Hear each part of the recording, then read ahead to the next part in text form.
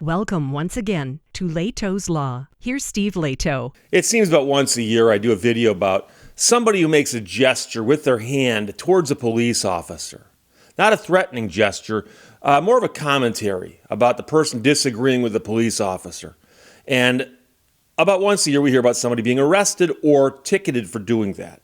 And it seems the police need a refresher course on this because the First Amendment tends to protect expression, okay? So this story is out of Colorado. 9 News ran it, and Kevin Vaughn wrote it. Josh Smith just wanted some food, but ended up with a citation that a Denver civil rights attorney doesn't think will hold up in court. And quite frankly, my money's with this guy. And the reason that is that the attorney that the man has hired is one of the best in the country. So the man's name is Josh Smith. He wanted a burger, some chicken strips, and his favorite frozen treat, but he ended up in the middle of a First Amendment battle with a police officer. It all started back in October in Montrose, Colorado, town located about an hour's drive southeast of Grand Junction, when police stopped a stolen Kia and arrested 2 people. It's got nothing to do with Josh, by the way. This happened outside a fast food restaurant where Smith is a regular customer. So something's going on here, and this guy shows up. And he says that the restaurant is like less than a mile away from where we live, so we go there, he told 9 News. When he went to go there, though, 3 police vehicles clogged the path to the drive-through window. Officers had stopped the vehicle that they're investigating, and the vehicle had been rented months earlier from Hertz. So yes, everything ties together here. But the vehicle had not been returned. Although hearing that it's a Hertz vehicle, I'm now even starting to question that. But so the police had arrested 2 people and were in the process of sorting through evidence in the vehicle when the story happened here. Body camera footage shows the officers finding things inside the car that they're investigating and taking out, inventorying and photographing. But meanwhile, Smith pulls up. He does not know what's going on.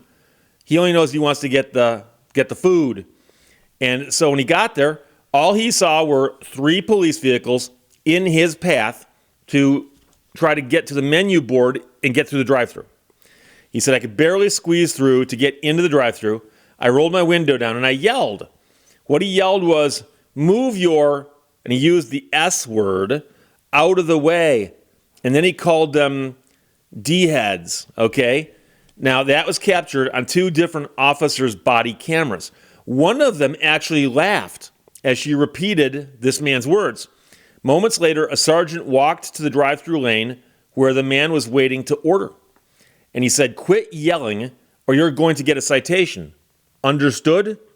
The lights are there. That means don't go by them. Don't go by them. So now you're going to say, but Steve, they're talking about something he said here. Well, yeah, no. The first thing they addressed was that he had said something, but they didn't cite him for that. So in response to the police officer telling him to stop yelling, he said, get the F out of the way. I'm ordering my food. And the sergeant said, quiet, order your food. So at that point, the sergeant walked away and, according to a police report, moved his patrol vehicle closer to the contact vehicle to not block access to the drive-thru while still trying to keep the scene secure. So after being told by this guy to move their cars, they moved one of their cars. So ironically, they did what he asked them to do, okay? So that might have been the end of it. But when the man got to the window to place his order or to pick up his order, a worker told him he was the first customer in half an hour. And she said that she thought the drive-thru lane had been closed off by the police. She's like, I just thought the drive-thru had been closed because we weren't getting any orders. So now the man says, as I was sitting there waiting for my food, I kind of just realized, like, he just threatened me and I didn't even do anything wrong. So after picking up his order, Smith drove around the building, and as he drove toward an officer who was walking towards his car, the officer said, "What's the problem?" And Smith said, "You guys are blocking the effing road," but he used the word. They said, and he's referring to the restaurant, they said nobody could get through the drive for half an hour. So they had some back and forth. And at one point, the officer said, "What's your name?" And he said, "F you." And he replied that and drove off. The officer then went and talked with a sergeant who decided, that's too much. So the sergeant said, "I'm going to go stop him and write him a ticket." Now, you might ask yourself, for what? Because that's what I asked myself. But so that officer, the sergeant, climbed into his patrol vehicle and headed off in pursuit of the customer, stopping him about a mile away. Sergeant said, "You're going to get a citation. I need to see your driver's license." "For what?" the man asked. And the sergeant said, "You can't be flipping people off. You can't be flipping people off."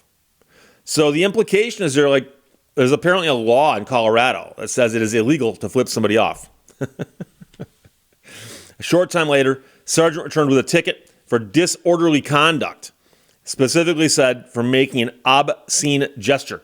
You can't be going around flipping people off and yelling at people. So now he says it's flipping people off and yelling at people. You can't do that. To which Smith responded, "You're a dumbass." I didn't. I said that word. I hope you don't mind. Sergeant said, "Yeah, that's why you're getting a citation." And Smith said, yeah, a citation. "I'll beat it when I go to court." So according to the municipal code, a person commits disorderly conduct in multiple ways, pick one, including by making an obscene gesture to another person in a public place in a manner likely to provoke a violent or disorderly response. So let's break this down element by element. Was it an obscene gesture? Yes. Was it to another person? Yes. Was it in a public place? Yes. Here's where it falls apart. Was it in a manner likely to provoke a violent or disorderly response? No. Because he's flipping off a cop. Flipping off a cop, most people would realize, isn't going to cause a violent or disorderly response. Because presumably police officers are trained not to flip out when flipped off. They should have that written on little cards to put in their pockets. Don't flip out when flipped off. There is nothing prohibiting someone from using basically any language they want to protest the actions of a police officer, says David Lane, a Denver-based civil rights attorney. The United States Supreme Court decided that back in the 1970s. And we're getting old because the 70s is a long time ago. But David Lane is one of the best civil rights attorneys in the nation. You might say, "Steve, he's in Colorado. You're in Michigan. How would you know something like that?" Well, it turns out that David Lane at one point in time represented a man named Timothy Masters. Timothy Masters is a friend of mine. He and I wrote a book together about the time that he spent in prison for a crime he did not commit. When he got out, he hired David Lane. And he got some very, very good results for the wrongful incarceration of Timothy Masters. So I have the utmost respect for this guy. And I'm telling you right now, if he says it, carve it in stone. Smith's language, even if some might find it offensive, is protected free speech, says Lane. Disturbing the police is not a crime. Contempt of cop is also not a crime. What is a crime is violating the constitutional rights of citizens. On November 7th, the city attorney amended the charge by dismissing the allegation of disorderly conduct and accusing the man of interference with an officer, writing in a court motion that the change accurately reflects the evidence to be presented at trial.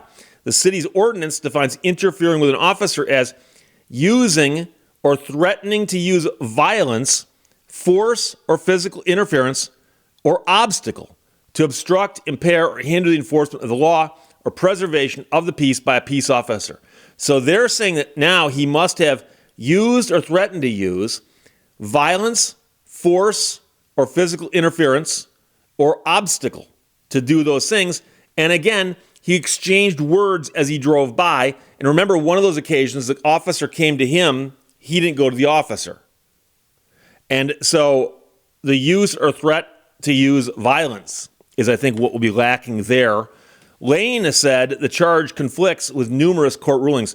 If you are physically interfering with a police officer doing their official business, then they can arrest you for that. Interference generally requires a physical obstruction, or you are right in their faces while they're trying to do something that involves official police business, and they really can't do it because you're so close to them yelling and screaming. So if he'd gotten out of his car and gotten into the middle of the crime scene and made a spectacle of himself, yeah, maybe. But driving by and yelling something and waving? So after watching the body camera footage, Lane said he saw no evidence Smith did anything to interfere with the police. There was no physical obstruction. There's case law that talks about how any interference charge has to involve a physical obstruction of the police. Yelling at them, calling them idiots, calling them names, flipping them off, doesn't interfere with anything. It just hurts their feelings. Smith told 9 News, I didn't do anything wrong. Even so, he faces a date with a judge, and Lane said he expects the actions of the police officers involved to end up in federal court. Yeah. So what will happen here is this case will get dismissed or whatever at the local court there, and a federal lawsuit will get filed in federal court against the police officers, police department, all that. So Lane reminds us they've each taken an oath to preserve, protect, and defend the Constitution. That implies that they understand it. And apparently these officers have absolutely no understanding of free speech. Because remember, First Amendment to the Constitution, it's right up. It's number 1. You can stop reading at the end of number 1. There's more, you know. The Montrose city attorney who's handling the case did not respond to requests for comment from 9 News. Now, Smith has been arrested before, but on traffic charges. He said he's not had any issues with the Montrose police. He does not believe he's ever encountered any of them involved in the situation. He questioned the officers' actions as to how long they're taking to process this crime scene. And he says they were just joking around, throwing things around the car. To me, that's not professional behavior. That's not where I want to see my tax money go. But more important to him is he believes the officers violated his First Amendment rights. I want them to get First Amendment training for all their officers so this doesn't happen. Obviously, this has been happening for who knows how long. As I said, I do about 1 video a year on this, different parts of the country. And what happens is somebody flips off a cop, and then the cop tries to conjure up something to call it. And so it's often disorderly conduct, but here now it's been changed to interference with a police officer. So he said it's just like they're extorting money, $120. It's not a lot of money to a lot of people, but they can just pay it rather than go through court. So the man's committed to fighting the citation in court, and Lane predicts there'll also be a fight in federal court.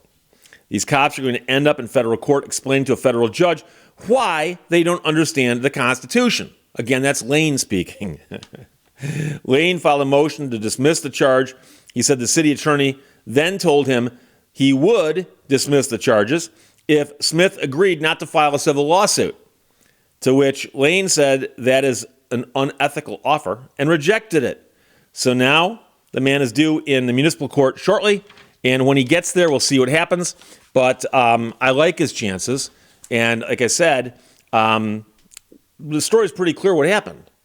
Okay? The police are blocking the drive-through lane. He yelled at them, and then when the woman inside the restaurant said, "Oh, we thought they'd shut us down basically because nobody's been here until you got here," and the guys who left yelled something else, and they decided, well, let's give this guy a ticket. And, you know, what's a ticket for? That's the problem. So, fascinating story. I like the man's chances both at trial and in federal court.